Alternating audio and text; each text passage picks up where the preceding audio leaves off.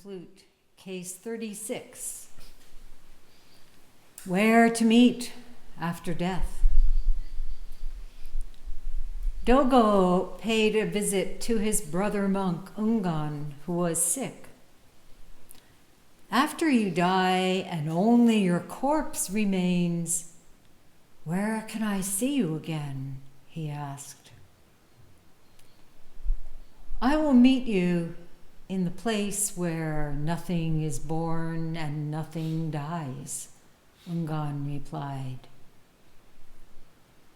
Not satisfied with that response, Dogo said, what you should say is that there is no place where nothing is born and nothing dies, and that we need not see each other again at all. Nyogen Senzaki's comment. Both Dogo and Ungan were Dharma heirs of Yaksan and later became well-known teachers. This anecdote took place when they were young in Zen. Dogo should not have bothered his sick brother monk with such a question.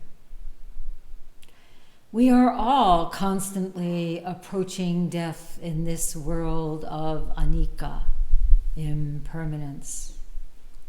The healthy among us, as well as those who are sick, face death daily in this world of dukkha, discontent.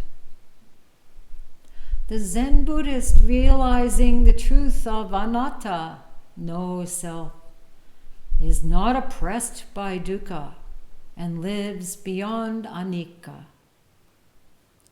What impertinence on Dogo's part!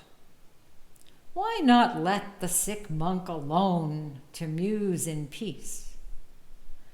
Since there is no soul that emerges at death, the visitor who is not satisfied with a cold corpse should look for the warm hand of another living person and shake it to his heart's content. The sick monk's answer was not bad, but there is still some trace of postulation. If I had been he, I would have answered, do not worry, brother. I shall meditate with you as long as you live. Dogo's correction to Ungan's reply was nothing but sophistry. Ungan should have laughed at him and bid him good night. Genro's comment. Dogo loses everything and Ungan gains all. The latter said, I will meet you. The former then said, we need not see each other again at all. They need not see each other to meet. They meet each other because there is no need to see each other. And then Genro's verse. True friendship is beyond intimacy or alienation. Between meeting and not meeting, there is no difference. On the old plum tree fully in bloom, the southern branch owns the whole spring. So does the northern branch.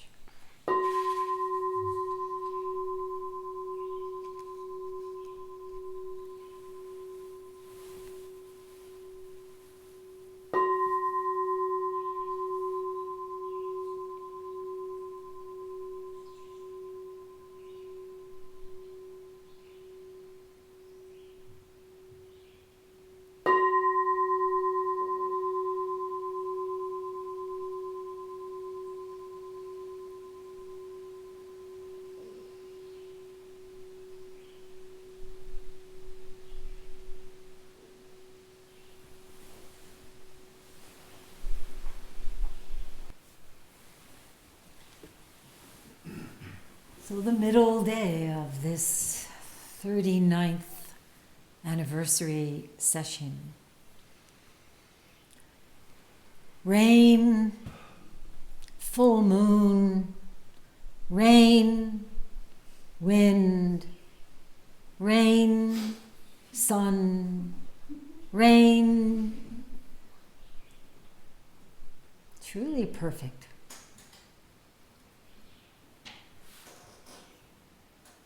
Everything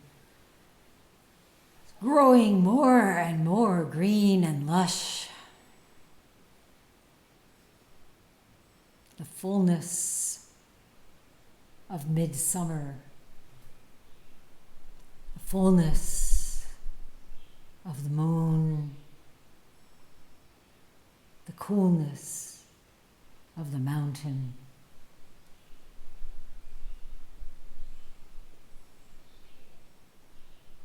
Can you believe it?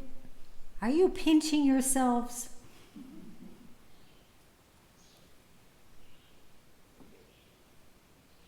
Go ahead.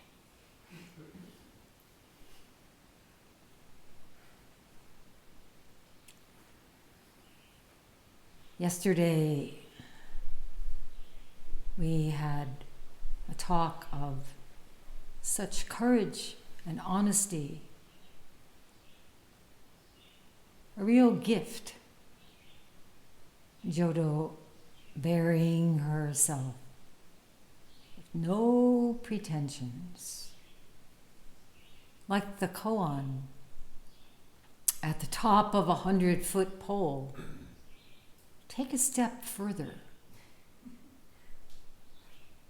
You who sit on the top of 100-foot pole, although you have entered the way, you are not yet genuine. Proceed on from the top of the pole and show your whole body in the 10 directions. We're here to learn how to do this.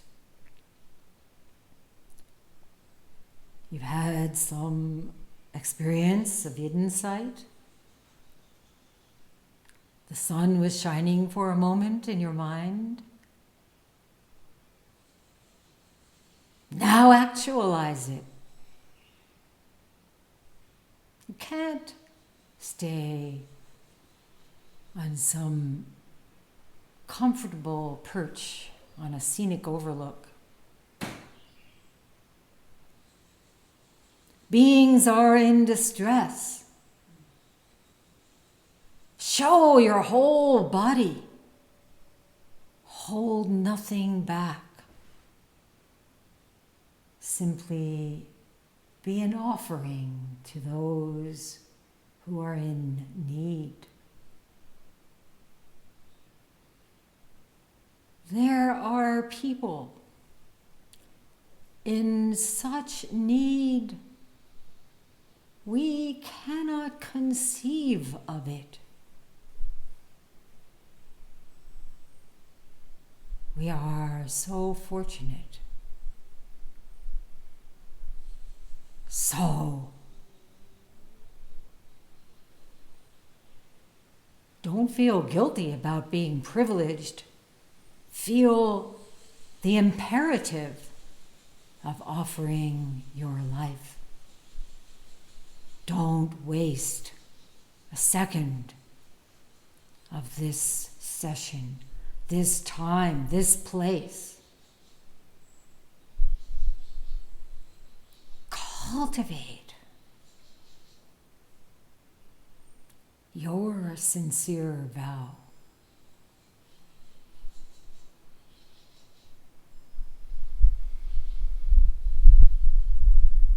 We never know.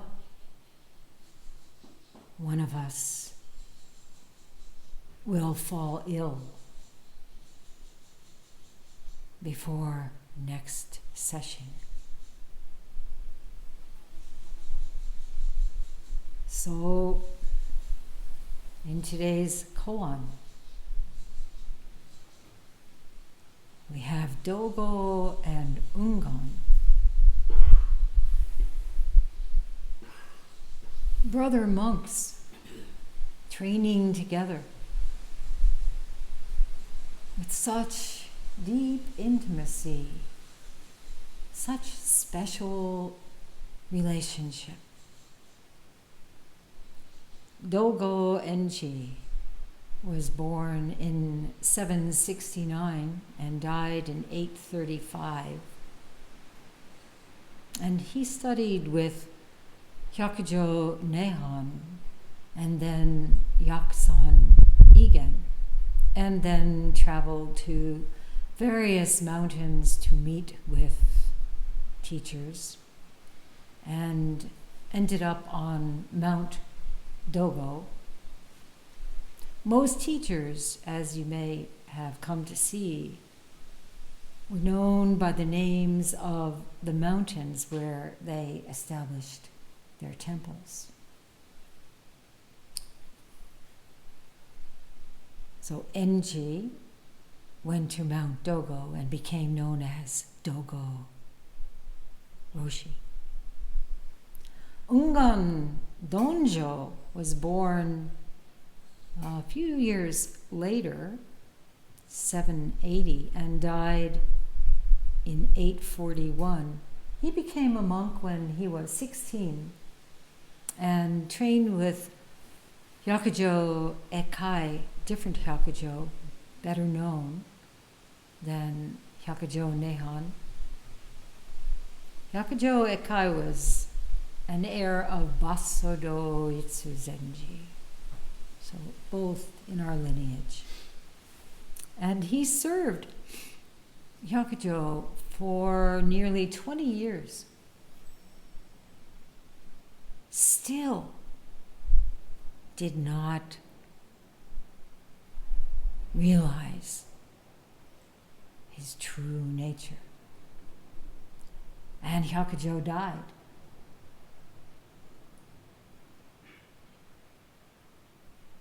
We never know. Take for granted, come to session once in a while, maybe not. You never know. After Hyakujo's death, Dogo suggested to Ungan, why don't you come join me at Yaksan's place? And the two of them trained there together and became Yaksan's two most important Dharma heirs. And later, Ungan went on pilgrimage and had many exchanges with various Zen masters, various mountains, and many of these exchanges have been collected and written up as stories of realization. And then he retired to a stone cave on Mount Ungan, modern Hunan. And he remained in that cave the rest of his life. Many traveling monks stopped off there and stayed for some time studying with him. And among them was Tozan Ryokai, who some of you know was one of the two founders of the Soto school, Tozan Ryokai. And there are 3 koans in the Blue Cliff record featuring Dogo and Ungan.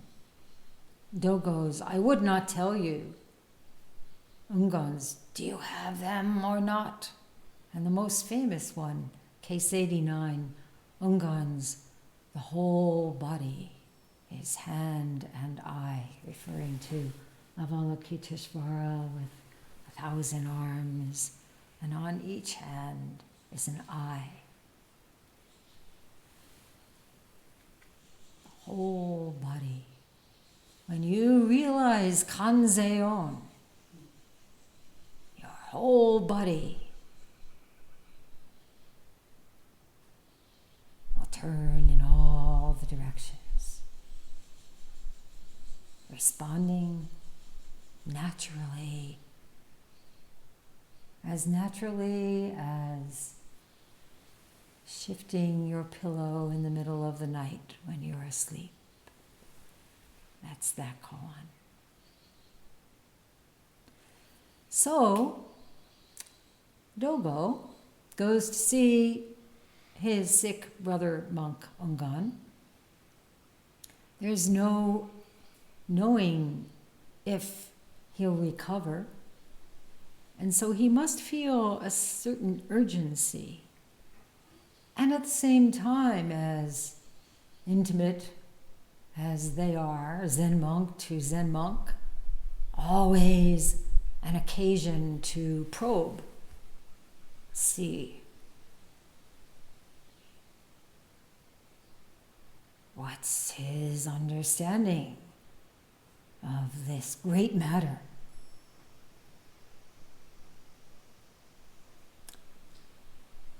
But there is also this very beautiful, bittersweet feeling of something that goes on beyond this temporary form. Will we meet again?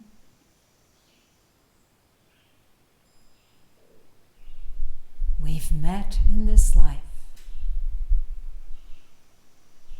Must be some karmic affinity. So he asks, where can I see you again?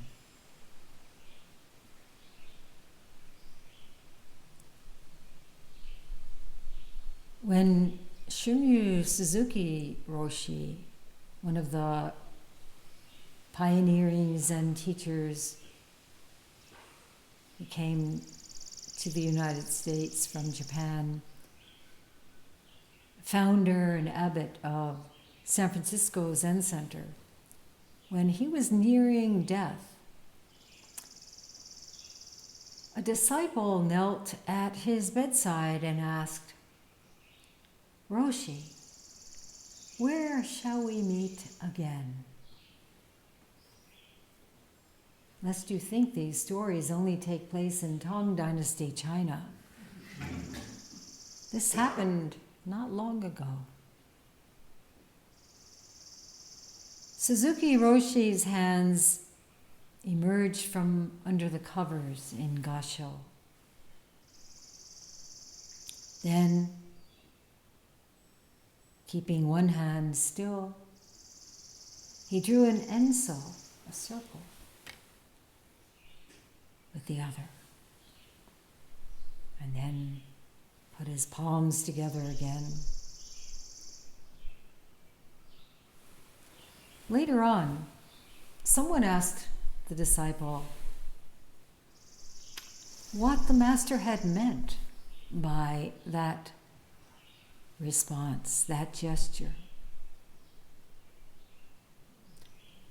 Good Zen student that he was, the disciple responded, I don't know. And the person said, maybe he meant, see you around.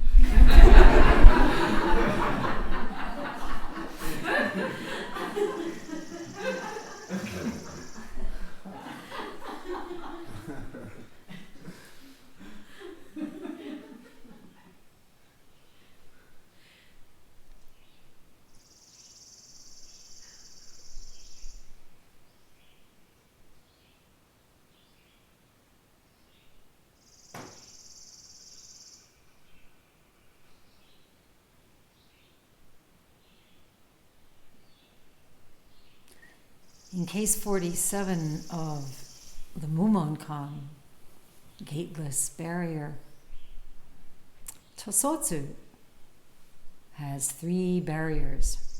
First, he says, it's essential to see into your true nature. At this moment, where is your true nature? Second, if you realize your true nature, you are free from life and death. How do you manifest this? Third, when you set yourself free from life and death, you must know your ultimate destination. When the four elements separate, where will you go? So, Dogo is saying, understanding this great matter of our school, in which awakened mind meets awakened mind. Tell me, brother monk, where will you go? Where will we meet? Does he have that awakened mind, or is he simply professing a theory, having read this case and pondered it? Ungan replies, I will meet you in the place where nothing is born and nothing dies. Free from life and death. Second barrier, right? Remember? If you realize your true nature, you are free from life and death.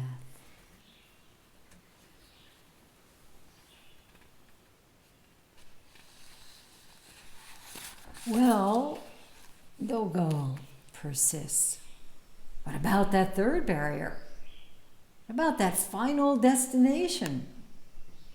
So he's trying to trip Ungan up. What you should say is that there is no place where nothing is born and nothing dies, and that we need not see each other again at all.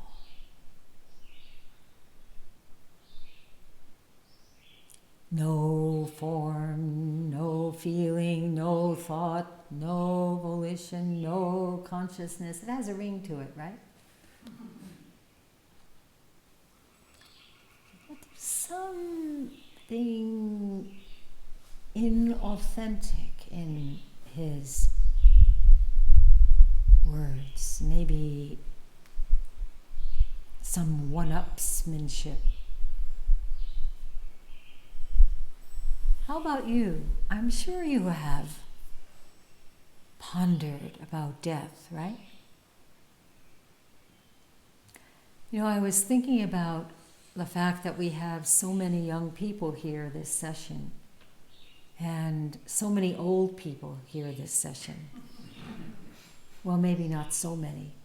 Maybe equal numbers, and then the rest of you are in the middle. And thinking about the really special bond that grandparents and grandchildren have. And what I also feel about all of you who are under a certain age. And I think it's because you still remember. It's not so far away.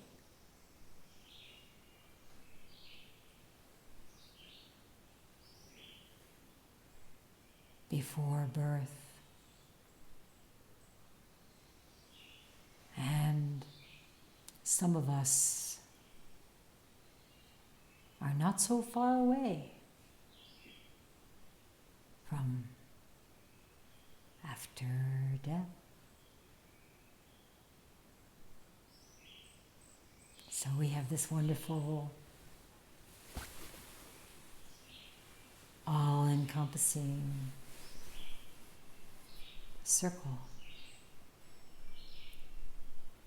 We can hold hands and dance around the 40-year-olds.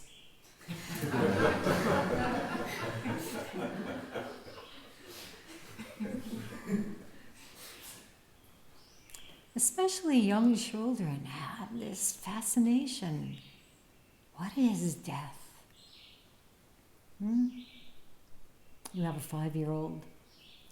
I remember when my son was, I think 3, when I first went to a session at Maureen Stewart's place, it was very difficult to leave him. And when I got back, Andy told me that my son, Jesse is his name, had said to him, if mommy dies, will we get a new mommy?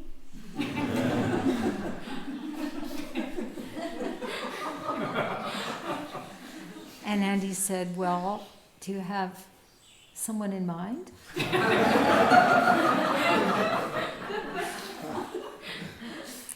And Jesse said, yes.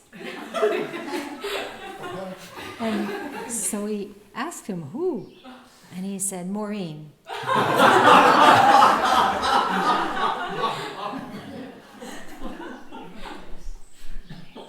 They had a very special relationship. She would come and do session with us and stay in the house.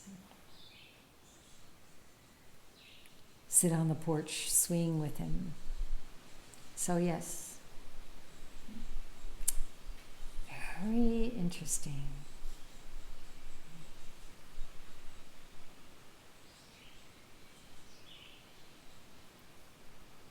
What do you think now? What is death? Sense of finality? That's it? Done?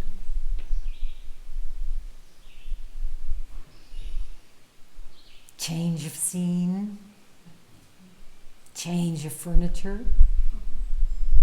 Waking up in a new room? What will it be? And what dies? Who dies? What is reborn? Do we have to go through all this again and again? Cockroaches. No, we don't.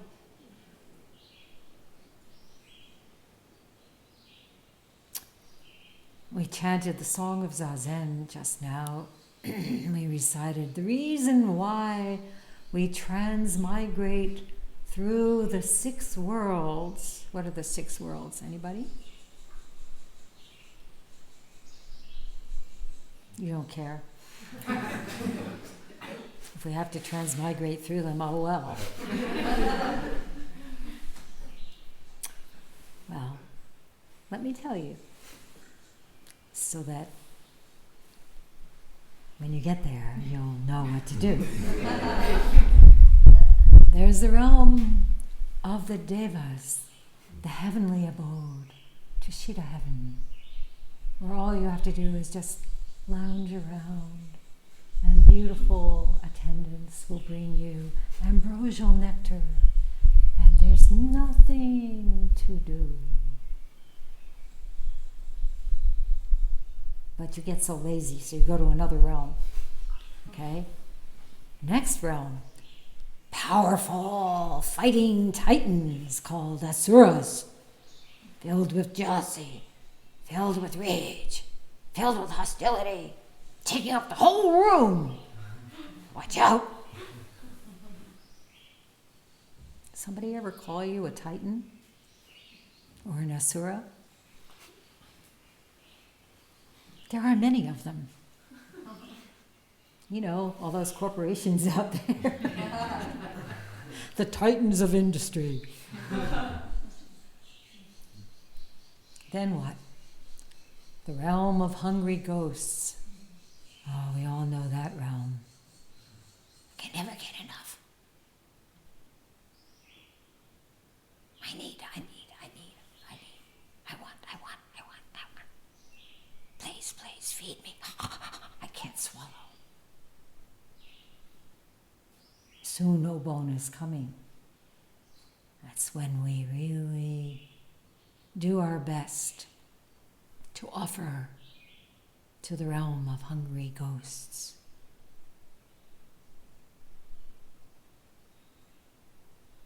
And the hell realm, you all know that one. No? You know, last sitting. And then, of course, the animal realm and the human realm.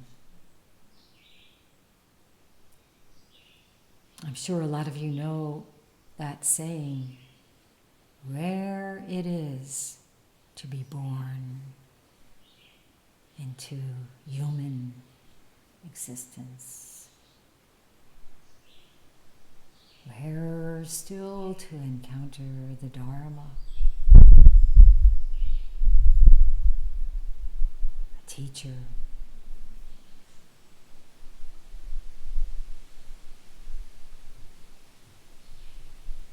and actually have this opportunity to become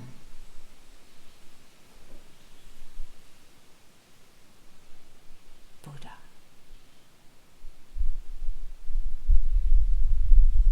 Where was I? The reason why we transmigrate through the 6 worlds is in the darkness of ignorance. going astray further and further in the darkness. When will we be able to be free from birth and death?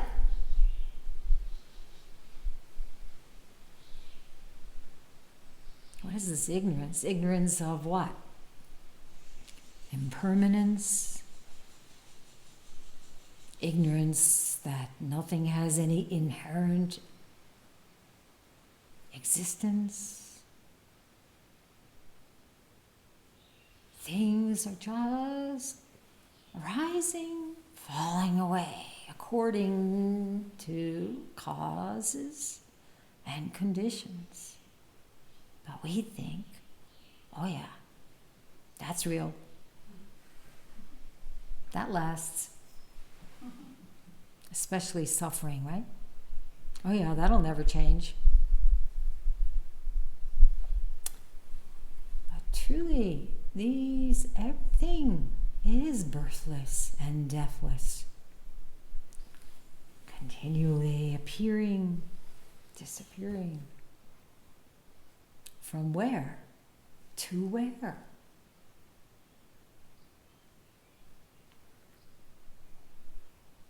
We don't really have to believe in reincarnation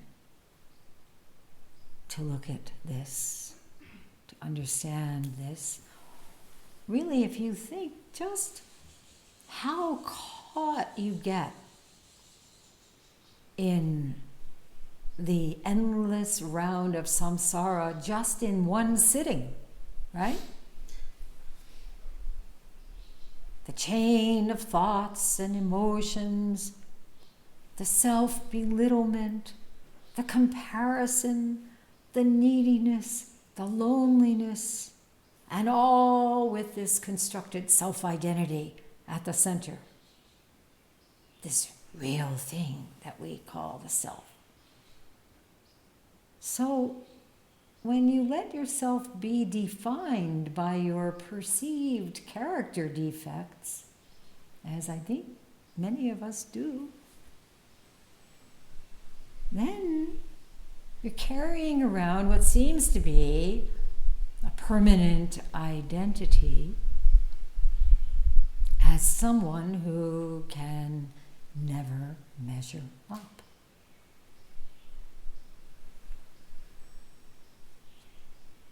I. Somehow you internalize something, some message. Maybe we don't know really where that message came from, but the message tends to be something along the lines of, you'll never be any good.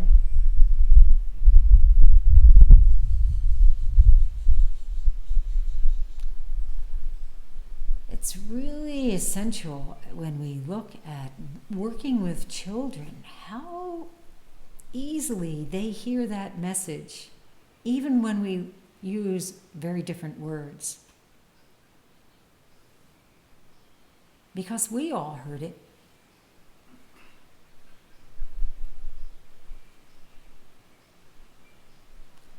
Old patterns, deeply carved into our innermost flesh and bones.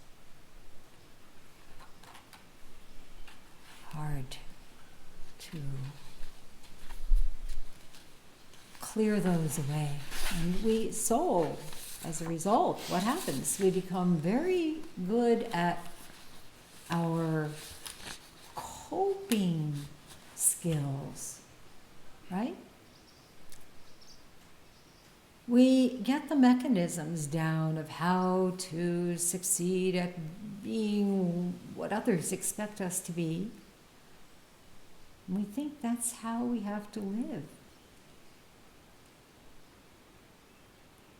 And what happens is we come to feel that we're not really living. And in fact,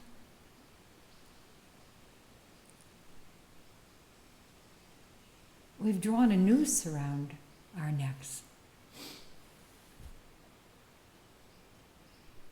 This makes us into automatons, blind obedience to that self-protective mode of living that excludes being. Now that hasn't happened to you yet, right? Huh? No. Yet? No. Still young? Oh, you're nodding your head. Oh, has already? How do you like that? Doesn't take much. So when we hear, oh, take a step further, take a leap, what happens? We recoil, right? Oh, the self-protective thing. Even though it makes me miserable, I better hold on tight. We hear someone say, Hakuin Zenji says, cut your life at the root.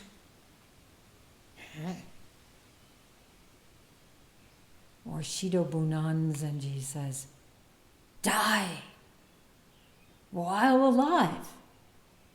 Be a dead person, and all will be well. Another Zen teacher. Die on the cushion.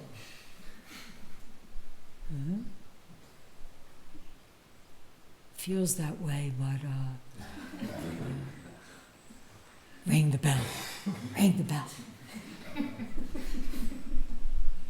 But what is this die? What is this? Cut your life. But the great death, to experience the great death is to realize deathlessness. True self. There's no word. We have these words, but they're just pointers to have this experience of cutting your life's root.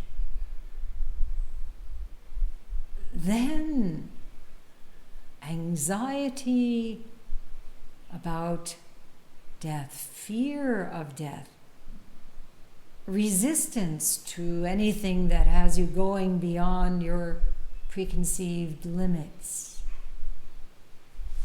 all of that falls away. And then truly living, vibrantly living this present living. Nothing in the way. Nothing separating you from this.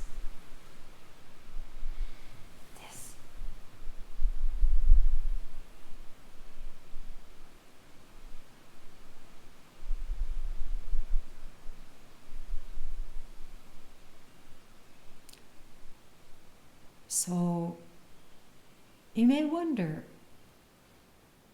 when I'm going to drink some tea.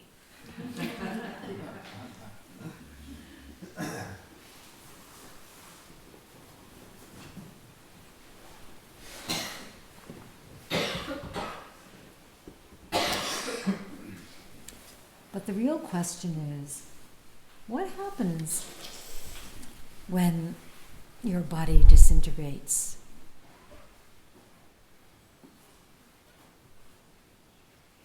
Is there something?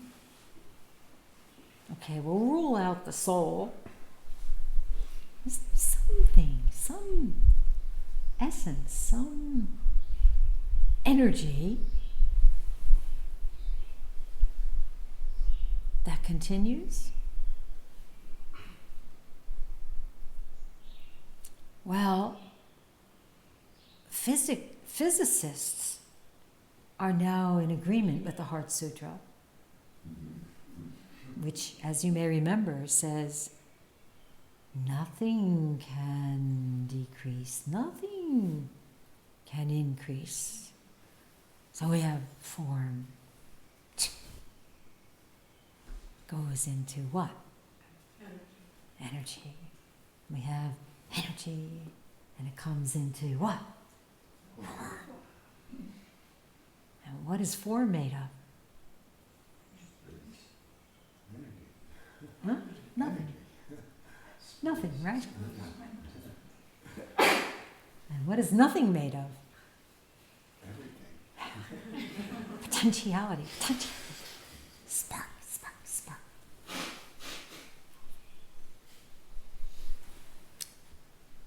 In Buddhism, there's the term alaya consciousness. And this refers to, okay, nothing remains. Everything returns into emptiness, including our present form.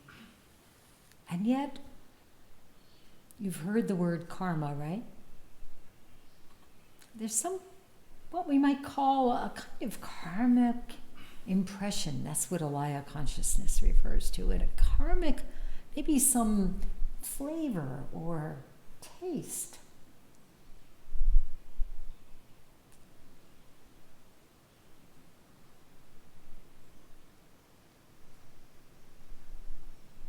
Potentiality that we may see as being carried forth, some subtle influence on next incarnation. But as I told you, you don't have to believe in reincarnation, okay? Don't worry, because even you can see it in one sitting, right? You allow and indulge your wandering mind, and it propagates, right? More wandering, and more thoughts, and more chains of this and that. And what happens? The body is afflicted. And then the thoughts are around the affliction. And then the projections are about how you'll never walk again. And then, etc., etc., etc., right? But what happens when you just allow the affliction to be without resisting it? The mind stops, right? Just one with pain, then what? Where'd it go?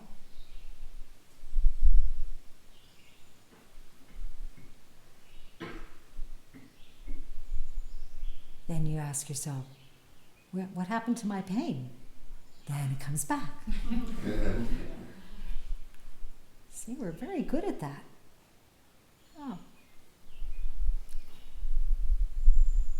But the more we sit, the more we can become Avalokiteshvara, the Bodhisattva of compassion, doing deep prajna paramita, clearly seeing the shunyata of everything. Prajna paramita, the perfection of wisdom, the other shore.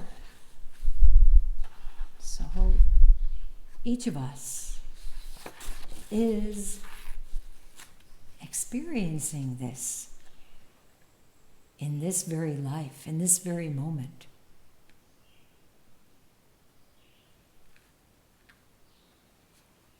Still, there seems to be something that we all, maybe not all, maybe most, feel of what I'm calling kind of karmic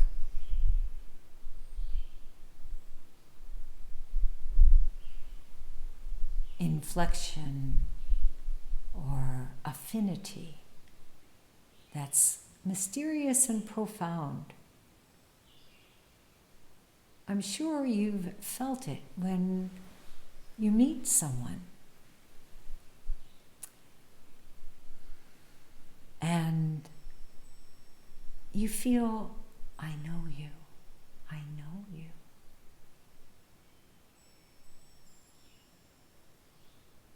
I felt it when my son was born and I looked into his eyes and I felt, he's brought something with him.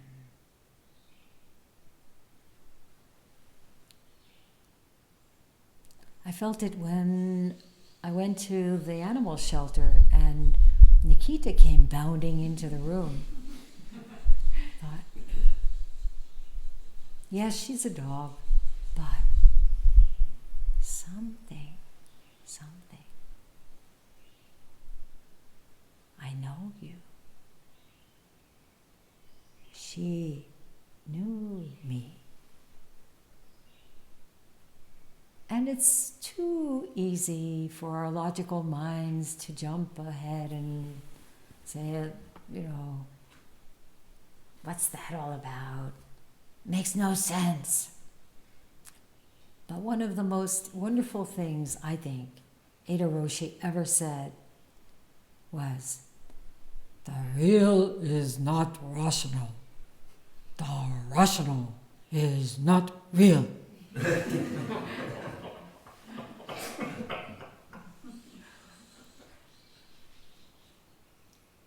Lankavatara Sutra put it another way. Anybody remember? Things are not what they seem, nor are they otherwise. Things are not what they seem, nor are they otherwise.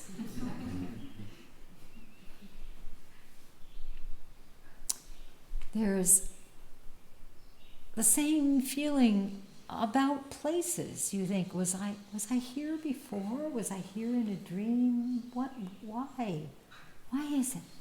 I walked in and I felt something, right?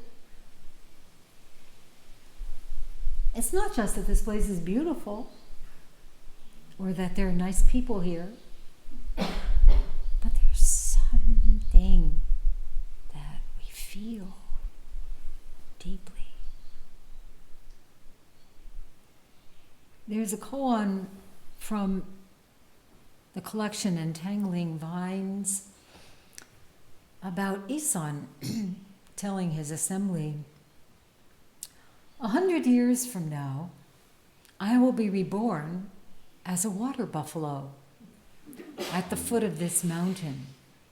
Isan, mountain's name, Isan. San is mountain, Isan. On the left flank of that buffalo will be the characters Monk of Isan. If you call it a monk, will be a water buffalo. If you call it a water buffalo, it will be a monk of Isan.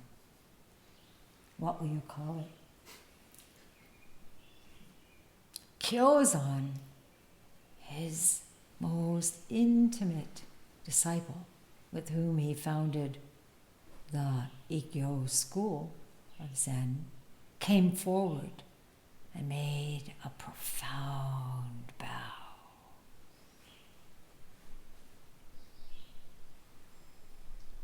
What was that? Will I see you again?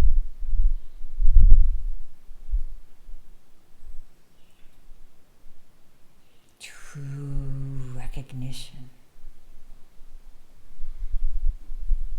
Never born, never dies. Or how many of you saw Little Buddha, the film? Remember at the end, the old Lama is looking for his teacher, the reincarnation of his teacher, and goes to these 3 children at the very end. And instead of selecting one of them, goes up to each one of them and says, my teacher, at last I have found you again.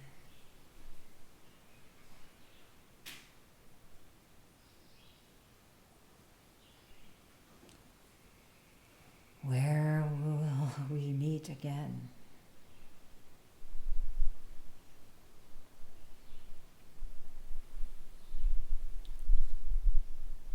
Suzuki Roshi was diagnosed with cancer in 1971. Yvonne Rand wrote about his last months, saying people who were at Tassajara that summer talked a lot, especially afterwards, about the fierceness he had, about everything he did. He did more rock work than usual, lectures every night. There was this incredible energy. On the way back to San Francisco Zen Center, we stopped at San Juan Bautista to join the last day of a session that Soen Roshi was leading. We got back to San Francisco, and by then Suzuki Roshi was beginning to be jaundiced. And we made some terrible jokes about his getting to be more yellow. He went to bed not feeling very well, and basically never left his bed after that. And what he said to her was, this cancer is my friend, and my practice will now be to take care of this sickness.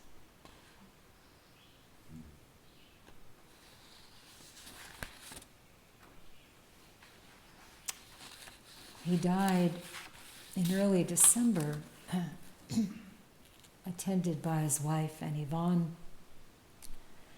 And I remember that we were at Shoboji, New York City, in Rohatsu session, 1971. And Edo Roshi got a phone call and told us about Suzuki Roshi's departure. And we chanted for him. And we all so deeply mourned him, because one of the best books of those early years that every single one of us had read and kept with us at all times, with that beautiful photograph on the back, was Suzuki Roshi's Zen Mind, Beginner's Mind.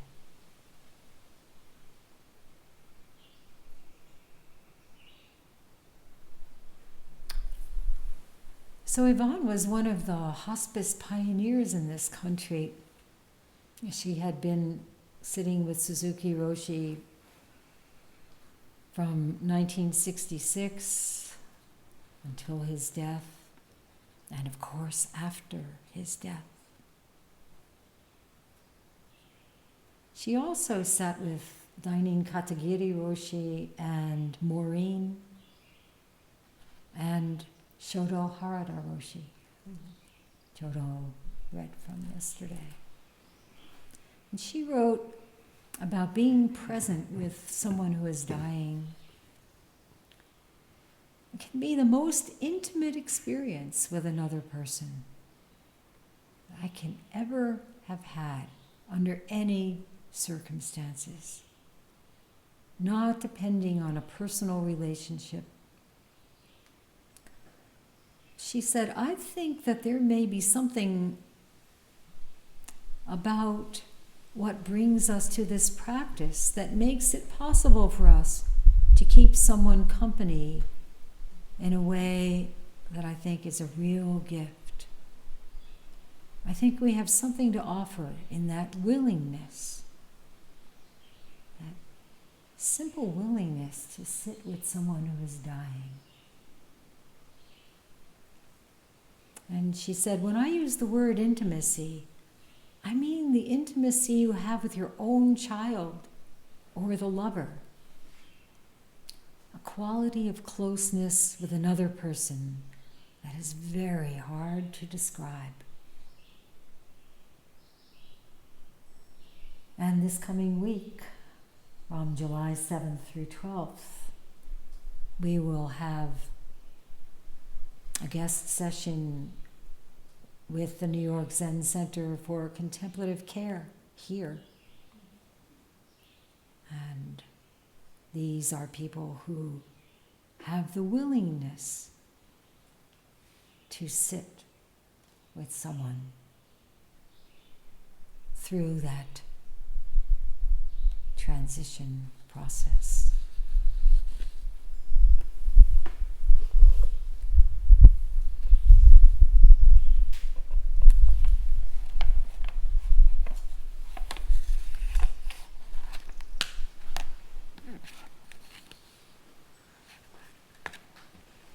I suppose I could go through Yogin Senzaki's comment with you, but I think we all understand what he said about impermanence, about facing death daily in this world of dukkha, and about the truth of no self.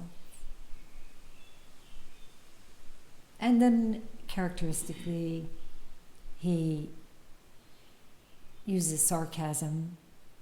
What impertinence on Dogo's part, bothering that poor sick monk. And criticizing both of his statement, Dogo's statements, and also saying Ungon should just have laughed at him and bid him good night. No need for that statement of Ungon's either. GENRO says, of the two remarks, I will meet you, and we need not see each other again at all. He says, they need not see each other to meet. There is no place where they need to see each other. They are meeting. They meet each other because there is no need to see each other. This is the real. The world, the realm of the real. We meet each other all the time when we get out of the way. When we don't think we have to see or categorize. Meeting intimately.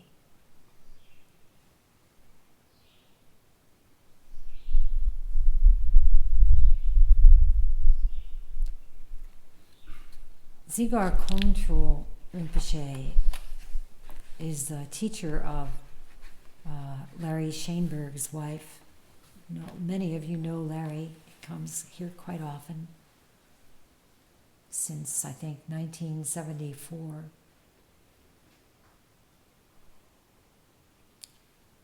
He says, the nature of mind is intrinsic to who we are. It is always right in front of us. There is no need to pursue enlightenment or reject pain. There is no need to cling to bliss and happiness or to suppress rough, unwanted experiences. These are the activities of confused mind. The essence of all Buddhist practice aims at turning away from confusion and toward our own nature, our own potential. Practice becomes simply bringing the mind back to its source. Return to one. Rather than fixing on an external view or fantasy. In this way, Buddhahood is nothing more than a completely unobstructed experience of the nature of our own mind. Isn't it amazing? We have this potential. It is present in all our experience. We just need to recognize it and trust in it. So as we move into